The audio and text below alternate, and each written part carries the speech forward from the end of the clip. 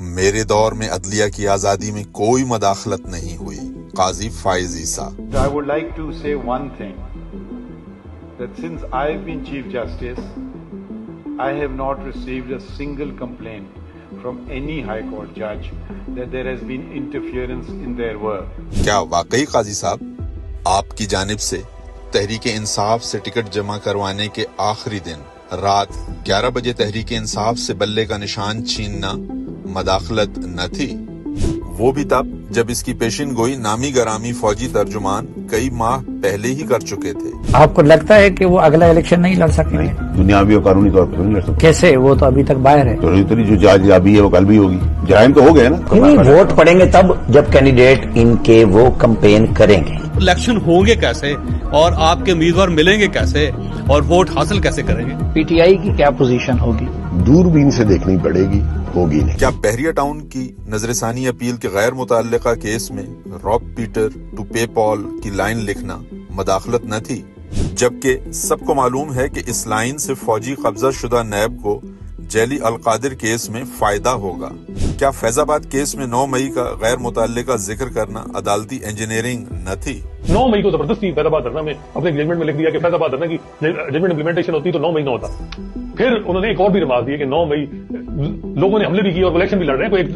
وہ ایگزیکٹ وہ تھا ایک معاملہ، کوئی آپ کو دیکھو وہ بڑی ان کی وہ وائرل ہوئی. آپ کی عدالت میں کھڑے بیرسٹر گوہر کے گھر اسلام آباد پولیس نے توڑ پھوڑ کی اور امیدواروں کی معلومات قبضے میں لیں تاکہ الیکشن دھاندلی کر سکیں. آپ اس پر خاموش رہے. یہ خاموشی کس کے ایما پر تھی؟ انٹرویو اٹھا رہے، ڈاکومنٹس کو اٹھا لے، چار ڈالے کرے چلے گئے. ابھی میرے پاس خبر آئی ہے میرے بھتیجے کو مارا ہے، بیٹے کو مارا ہے. دیکھیے نا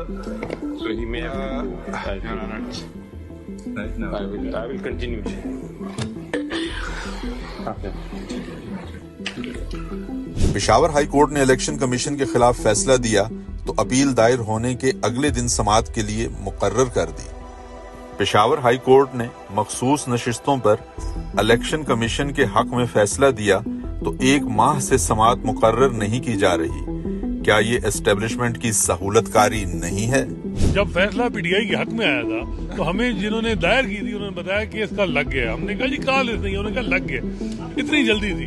اور یہاں جو ہے کیونکہ اس میں اب پشاور ہائی کورٹ کی ڈائریکشن آئی ہے کہ اسپیکر کے پی اسمبلی جو ہے وہ جلدی ان کی اوتھ لے.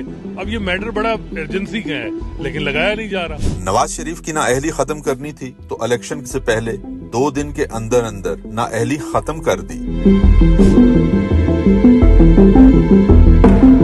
لیکن فوجی عدالتوں کی اپیل کو گزشتہ 6 ماہ سے لٹکایا جا رہا ہے تاکہ اسٹیبلشمنٹ کو بارگیننگ چپ ملی رہے. یہ کس کے ایما پر کیا گیا؟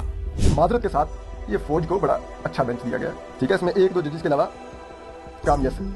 ٹھیک ہے، تو اب اگر فوجی عدالتوں کے معاملے پر کسی بھی طرح کا فوج کو ریلیف مل گیا، چاہے 1 نقطے کا ریلیف مل گیا، تو پھر سمجھ جائیے گا کہ کیوں جسٹس منصور علی شاہ اور جسٹس اطہر اللہ اس بینچ کا حصہ نہیں تھے. عمران ریاض سمیت دیگر کے اغوا پر انسینسٹیو جملے ادا کر کے اسٹیبلشمنٹ کی سہولت کاری کرنا کس کے ایما پر تھا؟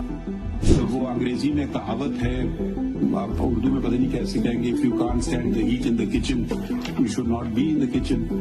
ٹھیک ہے، تحریک انصاف کے خلاف ہر پٹیشن کو ترجیحی بنیادوں پر خود سننا اور تحریک انصاف کی ہر اپیل کو زیر التوا رکھنا کیا انصاف کے عمل میں مداخلت نہیں ہے؟ قاضی صاحب، کچھ لوگوں کو کچھ دیر کے لیے بے وقوف بنایا جا سکتا ہے لیکن ہر شخص کو ہر وقت بے وقوف نہیں بنایا جا سکتا.